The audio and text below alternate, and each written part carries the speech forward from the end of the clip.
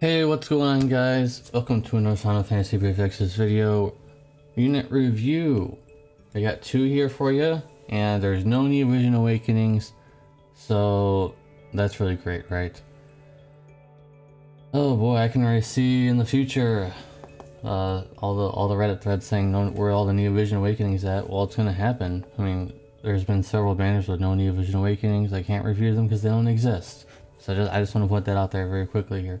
Anyways, we have Shoreline Shinju here, and it's fair that she's a summer unit because she was revealed on the summer story event page, like the image when you click on the event. She's on there, so I guess it's fair. I prefer someone else, but hey, I can't really choose, right? Anyways, 300% magic TDH and also 500% cap, so if you equip Indestructible Light, she'll be 600%. 200% aquatic and 300% stone killer, both magic based, of course.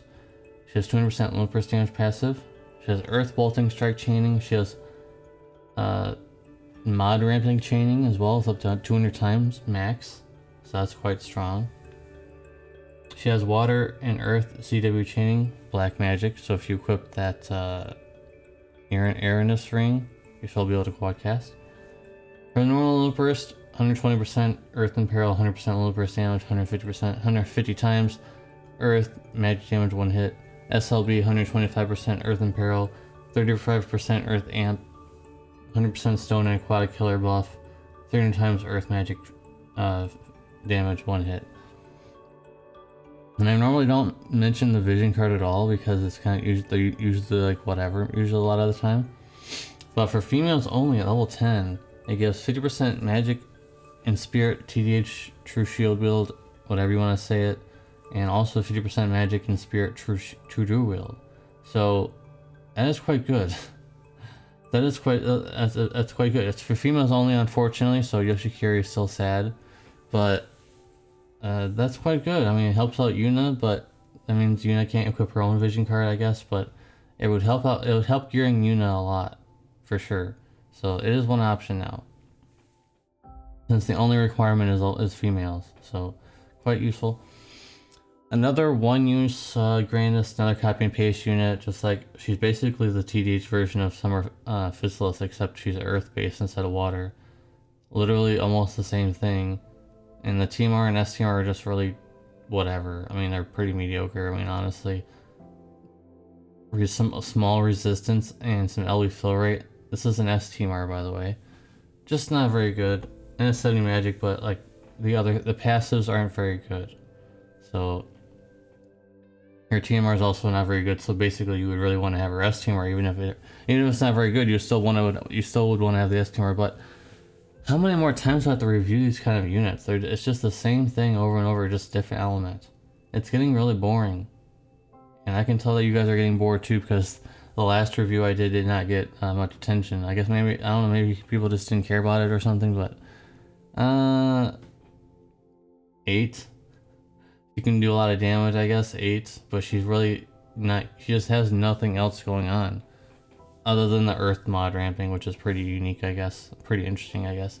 I think that's more interesting than the finishing potential. I mean, there are so many finishers in the game now, guys, it's insane. So 8 out of 10 for Shoreline Shinju. And Season 4 Daddy Tyvas. His STMR is very interesting. I would say it's unique, but it doesn't have any stats.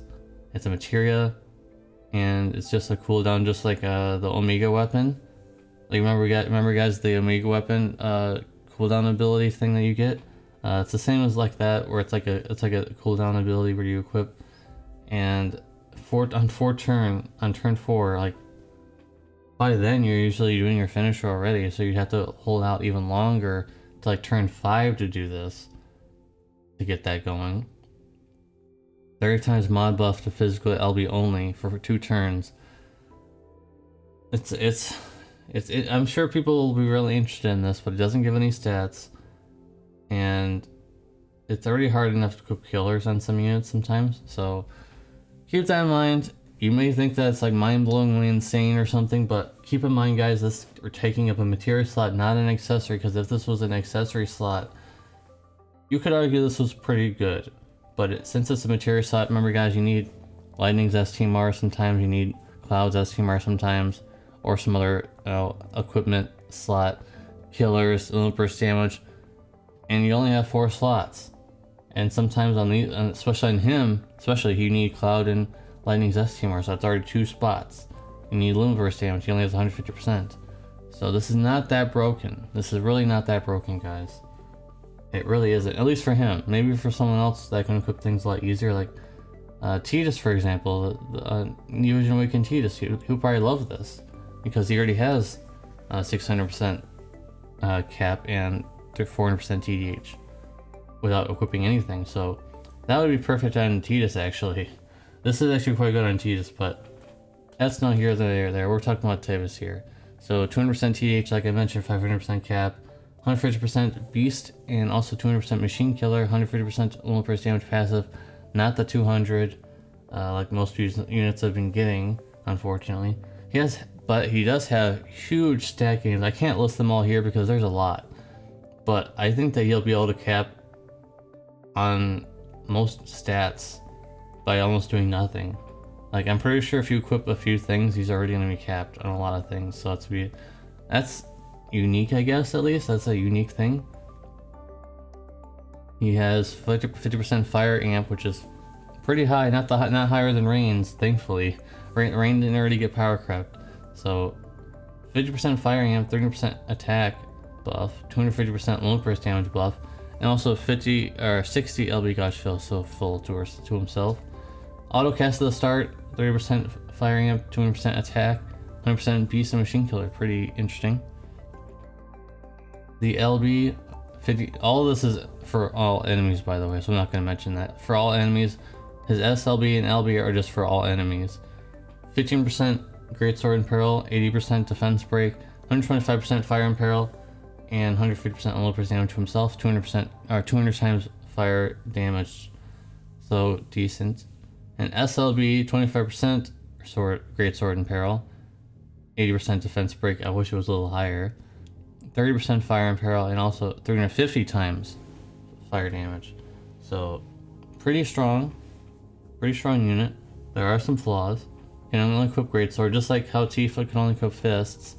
So I mean, it's still Greatsword. He still has the 25% Greatsword in peril anyways on his SLB, so it's not that big of a deal. He has ice chaining, but it's really useless because why would you even use it? And his chain mods are really below the standard of what I would expect. I've seen him a lot of units that's 72 times.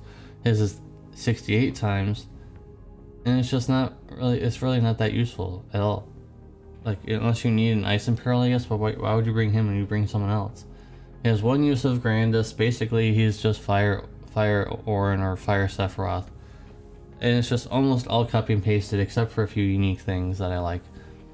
So another unit that is just really bland besides a few interesting things. Overall, the unit is bland, but I do like a few things, I guess, that he can equip. His stat gains are really high, like insanely high. Like, I think these are the highest stat gains for a while actually, so probably not true, but I think they are. So anyways, I'm gonna go 8.5 for Tyvas. He has a mitigation ability, but I didn't even mention it because it's only for himself, so why would you even care about that? Because he's not a provoker or something, so why would you even need that or care about it? I feel like there's only one person working at Alum right now, because number one, no New Vision Awakenings. Number two, almost every unit's almost the same except for a few things. So they don't have to make brave shifts. They can almost copy and paste everything and have almost no diversity of any kind for any reason. I don't know what to say, guys. This should have been a King Mog for Final Fantasy, and instead we're getting another FFBE characters, and I'm sure those would have been just as copy and pasted anyways. I'm sure when they make CG Squall 2.0, they'll just, or Renoa, they'll just make her, I don't know, like a different version, like a lightning or light or dark or whatever element of summer Some are fistless. I'm sure they'll just make a different element of that. They'll probably just copy and paste that too. They don't care anymore, guys. I think they're really trying to kill this game. I don't know which side's trying to kill the game faster. Is it Global or is it JP? Let me know in the comment section down below. Who's trying to kill the game faster? Because both sides are doing a pretty good job at it. Both sides are probably trying to kill the game pretty good. So let me know who wins the Killing of the Game award in the comment section down below. Thank you guys for watching, and I hope to see you in the next one. Peace!